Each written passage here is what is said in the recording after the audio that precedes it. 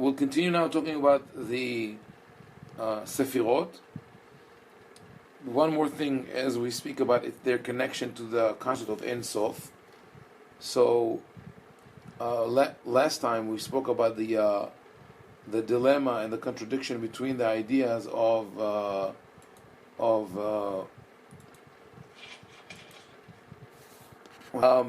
so we spoke about the dilemma, the contradiction between the idea of God who is transcendental and God who is accessible.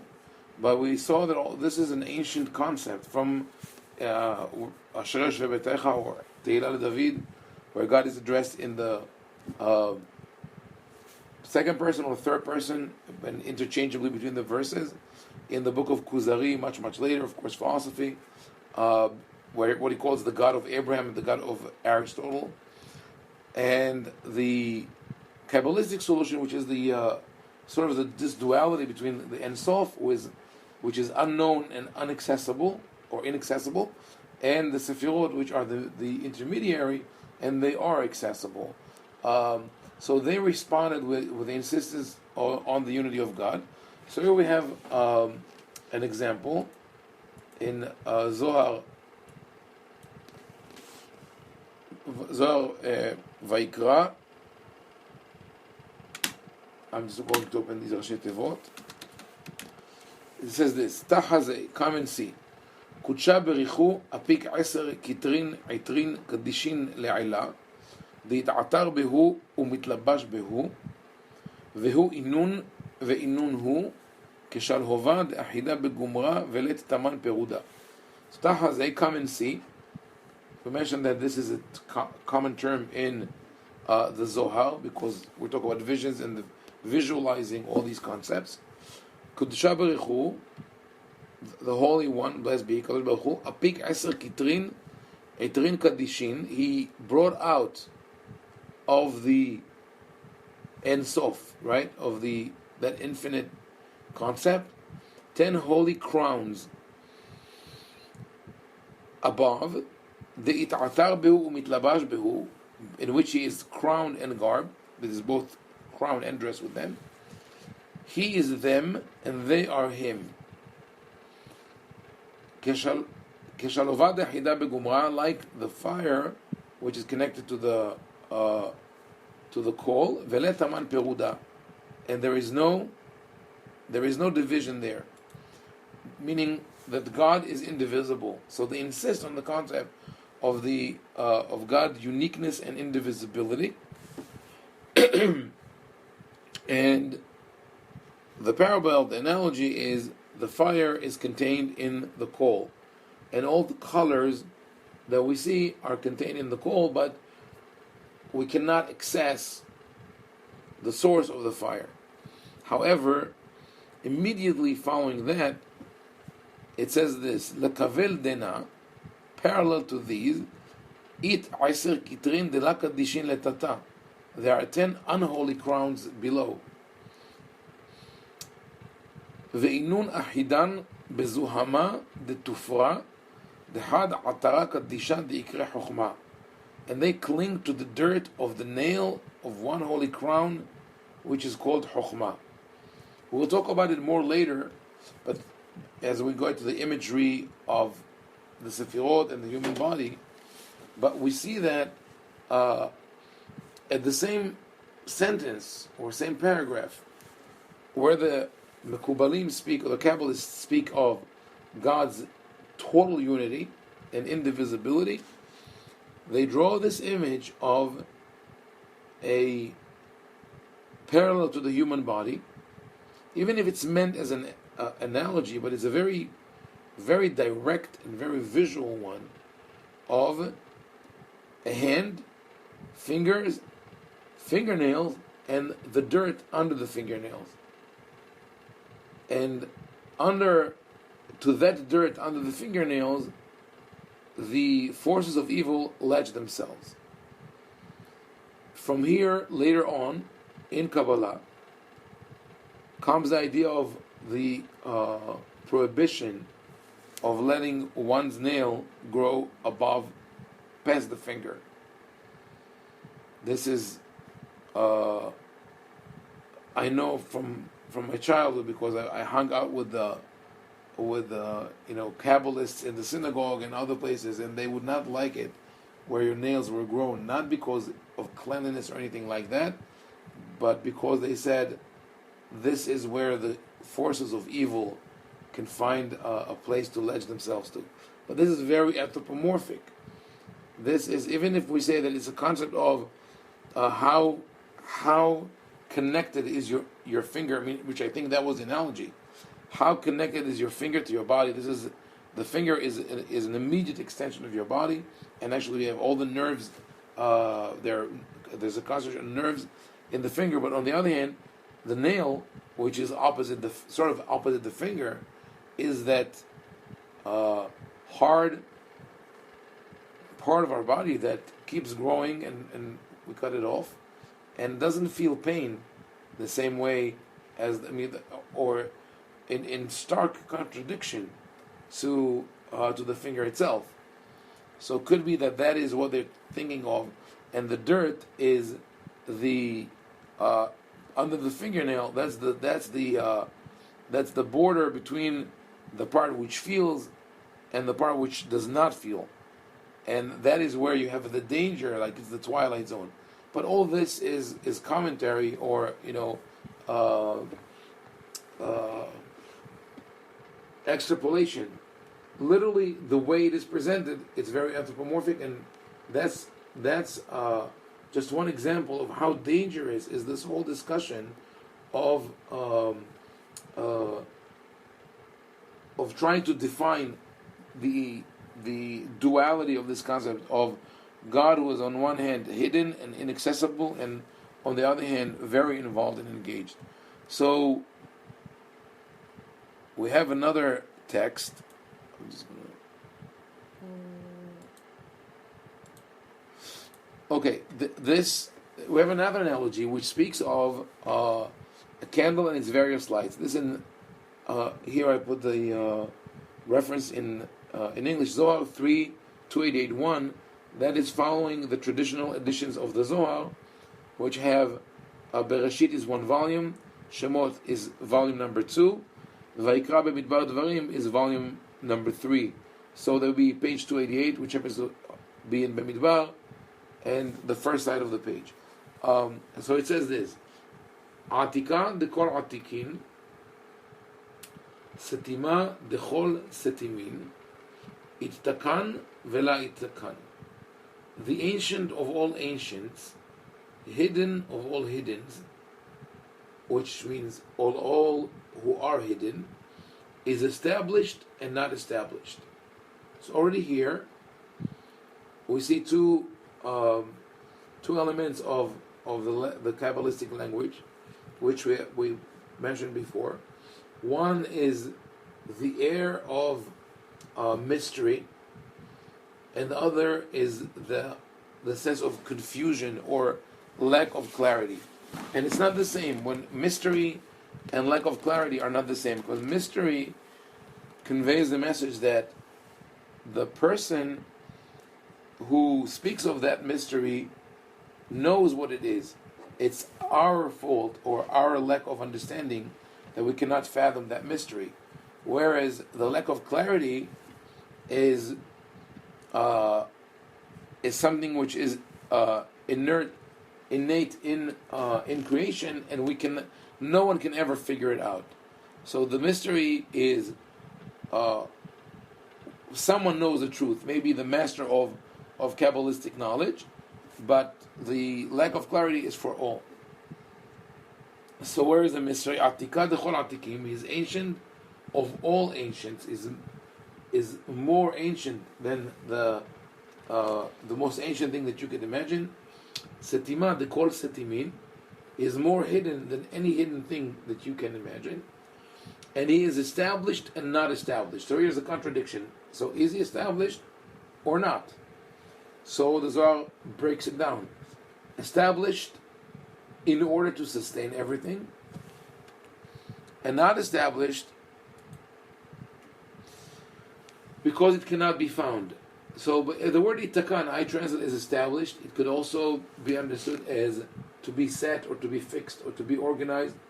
But it's almost like saying, does it exist or not? So the answer is, it does exist because it sustains everything. That is another grain of a philosophical idea, like Maimonides, when we say that the existence of God is inevitable when we look at the world. That's called Mehoyava Metziut. The fact that the world exists is a proof for the existence of God. So that's how we know that God exists, and not established because it cannot be found. So this sentence is basically philosophy rephrased for Kabbalah, right? God, we know that God is there because we see the world, but we don't know what or where God is, and we have no idea of Him. But when it is established, meaning when the divinity or the Ein Sof is in that, I would call it, state of existence, where it sustains all things, it produces 9 lights which are heated from its establishment. The language is somewhat cumbersome in the original. Delahatin mine, from it, mitikunoi, from its establishment. Ve'inun nehorin mine mitnaharin umitlahatin ve'azlin umitpashetin lechol ivar. And those lights, from it, they shine and heat, or they produce heat, and move and spread in all directions. So we have the imagery of the Ein Sof, which cannot be accessed. When it is established, it produces 9 lights, and they keep moving and shining in all directions. So the sense of movement and light, and that is analogous kebotzina demitpashetin mine neorin lechol ivar. It's like a candle from which lights spread in all directions. And so we are here. V'inun. So this is like a candle from which lights spread to all directions. Ve'inun nehorin demitpashetin kad yikrevun lemindarlon. And these lights which spread, when you get closer in order to know them, meaning to understand them, lo shachiach ela botzina bilchodoi. You cannot find anything but the candle. So it seems like it's the same analogy of the coal, right? We didn't gain anything by this one, but there is a certain difference. So it's true. So in the analogy of the coal, the fire is there, and the fire is palpable. I mean, you touch it, it's burning, it's hot, it's there, it's attached to the coal, but the lights don't exist. The light is in the analogy of the candle. The lights are just an illusion. The candle is in existence. The light is not in existence. So here's the paradox delivered in that manner. So this is how the Kabbalists dealt with the paradox of is God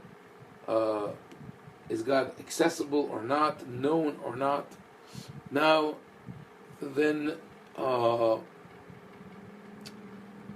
then when they get to talk about the unity of God, now that you break down the divinity into a system of the Ein Sof and the Sephirot, the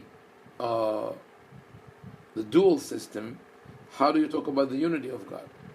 So the unity of God, that was an important thing for the Mekubalim to establish. So for the Mekubalim, the unity of God, and here this is only in bullet points. It's not an abstract one. That's when I say abstract one. That's the unity of the philosophers, right? The unity, I mean, the ideal unity, which doesn't really exist. In reality, there's no such thing as unity, because everything can be broken down to smaller parts, to molecules, and then atoms, and then particles, and subparticles, and in the subparticles they will have, so probably things that we cannot yet see. So But the abstract unity only exists in the mind of the philosophers as they understand God. But there's a unity of personality. When I say John or Megan or Caroline or Lily or any name that I'm going to use, we look at that name as representing one person with one mentality, personality, existence, etc. So it is one in a sense. If we don't insist on the exact philosophical or physical definition of the word, then we have a general word to say, I have one book. It's also personality, right? One book. If you want to argue, say, no, the book is made of physical pages, which are made in turn of wood, and on the paper there are words printed with ink and letters that represent thoughts, etc. But I could say one book, and we understand what it is. But in the language of Kabbalah, this is neither. It's not the abstract unity, nor it is the unity of a personality or of one object, but rather it's a constant movement of members and joints, and it's a movement in which the mystics are active participants, meaning that I would say that in a way it's analogous to our life. When people like to say, I would like to get my life together, right? There's or even a phrase like people say, I don't know what came over me, it wasn't me. Or when we speak about the inner self, or even psychoanalysis, the id and the super id and the ego and all that, they are streams of consciousness and different actions and events that happen in our life, and we try to stream them all into one entity and one quality. So this is what happens with the on one level, with the way the Kabbalists understand the divinity. Then the divinity is an ongoing. It's maybe like plasma, ongoing activity, soup of activity of the members, which are the Sephirot, the joints, the connections between them, the interactions between them, and they all have to stream into one unity in which they connect back to the source, which is the Ein Sof. So this is referred to in the Zohar as Razad Yehuda, or Soda Yehud, the secret of unification.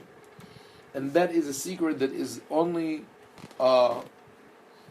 known to the most knowledgeable, to the most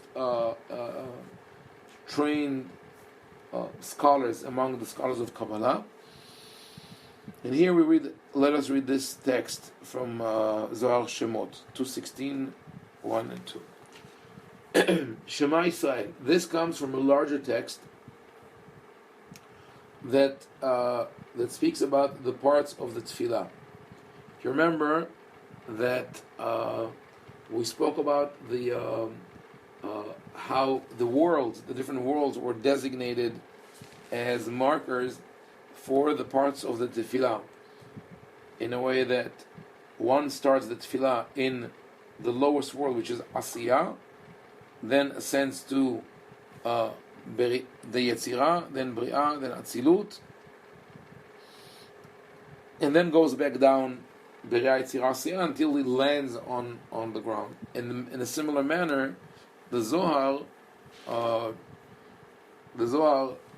speaks about the parts of the tefillah as parallel to the Sephirot.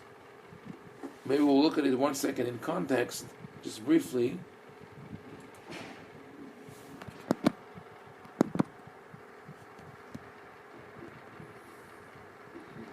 This is part of as I said, the description of the tefillah, where each part is parallel to one of the Sephirot.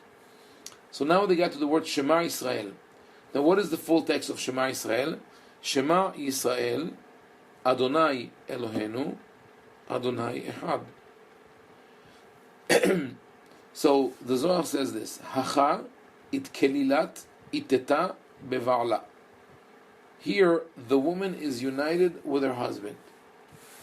Ulevatar di it kelilu da beda bichlala hada. And after they are united one in one unity.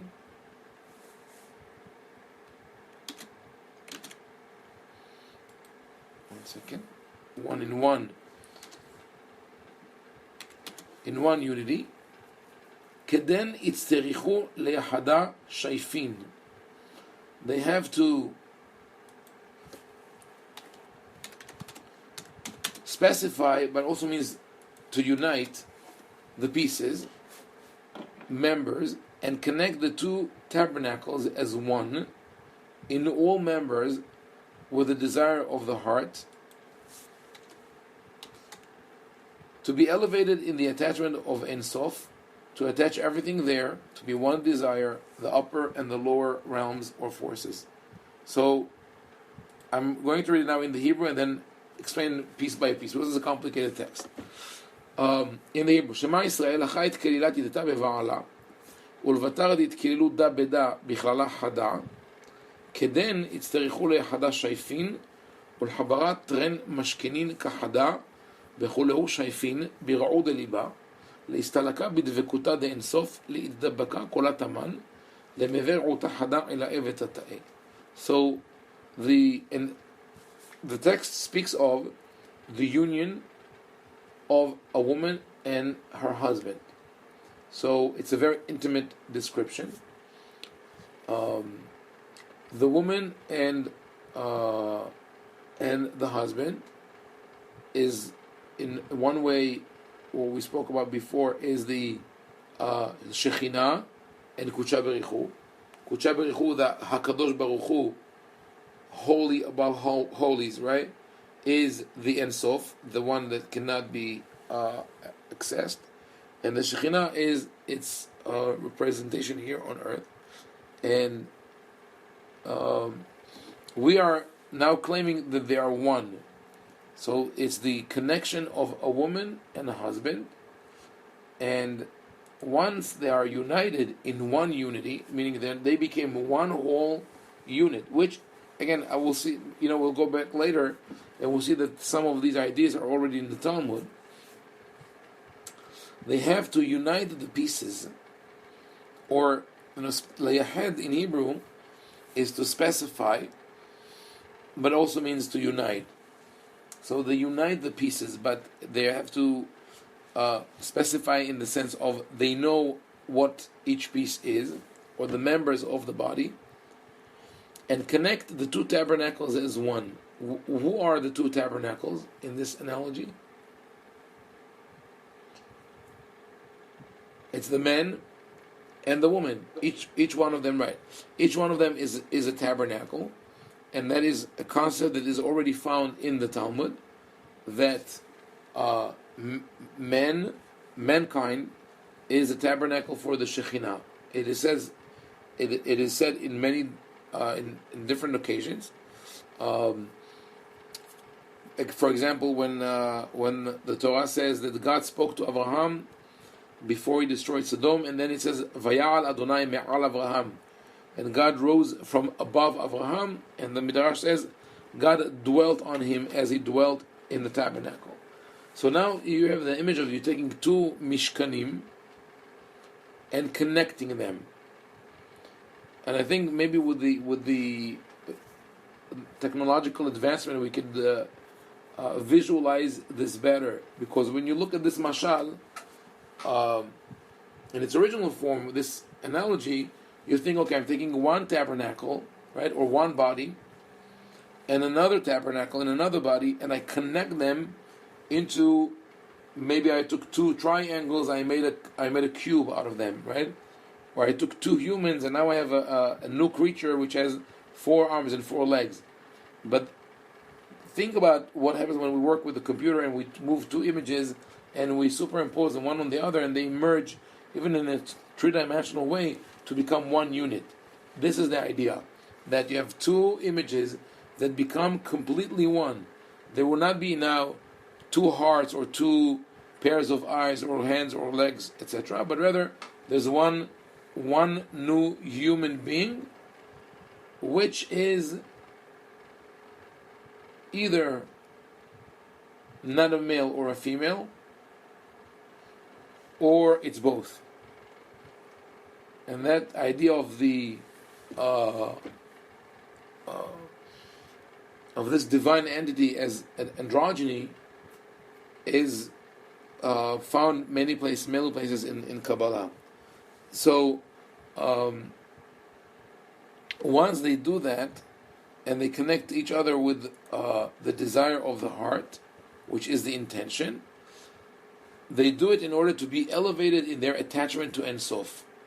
And we've connected all the pieces, and now they could connect to the higher realm, to attach everything there to be one desire, the upper and the lower realms or forces.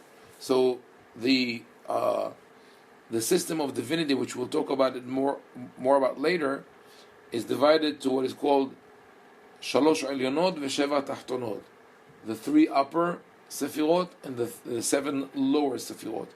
And how this constellation works, there are different opinions, but they're basically upper and lower. So we humans here on earth, with our prayer, we are supposed to connect ourselves to the lower Sephirot, which in turn will unite among themselves and connect to the upper Sephirot, which in turn will connect with all and reconnect to the Ein Sof. But let's put for a second the meaning of the analogy aside and look at how audacious or explicit this mashal is.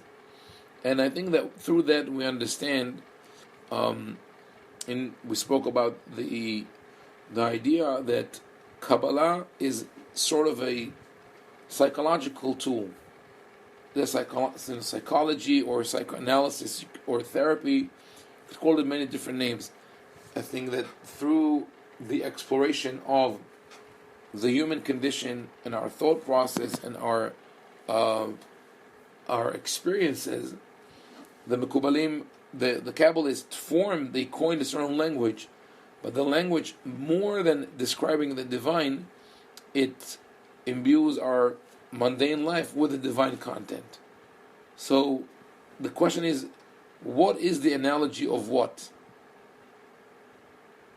Meaning, are we using our life here to describe what happens in the world of God? Or it's the other way around. We're trying to describe our world here, and we just invent a system of language and symbols that is supposed to refer to God, but actually describes our life. And let's look at it from this perspective. Let's take the approach that this phrase specifically is speaking about the physical union of a husband and wife. And I think that is in line with some verses in the Bible which see the commitment of a couple of spouses to each other as something holy and sacred, and on the other hand, the betrayal of that covenant as tantamount to idolatry. There's maybe the clearest statement is in Malachi. Towards the end of the book of Malachi, the prophet says, let me show you that text for a second. So here, for example, in Malachi, chapter 2, verse 13, וזאת שנית תעשו כסוד דמעה את מזבח אדוני בכי וענקה. And this further you cover the altar of the Lord with tears, with weeping, and with sighing. מאין עוד פנות אל המנחה ולקחת רצון מידכם. In so much that he regards not the offering anymore, neither receives it with goodwill at your hand. Va'amartem alma, and you say, why? For what sin? Al ki Adonai ya'id bencha uben eshet ne'orecha, asher ata bagadet ba, vi havertecha ve'eshet beritecha. Because Hashem has been a witness between you and the wife of your youth, against whom you have dealt treacherously, though she is your companion and the wife of your covenant. So this is a very powerful verse in Malachi, referring to God rejects people's offering, and he says, because you have betrayed your wife. So here is the analogy that a solid and trusted relation between spouses is tantamount to a solid and trusted relationship between God and those who serve Him. So, and I think that probably is the reason that the Bible or the Torah does not recognize the idea of divorce. Not that it's against it, as in Catholicism, that it's completely forbidden, but rather it is the last resort. The Torah does speak about divorce, but in the Torah, in the book of Devarim, in Parashat Ki Tetzeh, it's really the last resort. There's no other option, and we have no names of any biblical couple that got divorced. The only couple that people tried to argue that were separated were Moshe and Tzipporah, and that is based on the verse that Yitro took Moshe's wife after she was sent away. But we don't know that she was sent away as a divorce. Rather, it could have been that he wanted to protect her life when he went to Egypt. So, sorry. So we go back to this text, and I want to, when we look at this text, we think of it as describing the actual act, the physical act of the husband and wife being together. So it looks at it as it kalilat iteta beva'ala. The woman is united with her husband. Now, but it's really, the translation does not do it justice. The word lehit kalel with kaf, it is understood as liyot muchal betoch, to be contained within.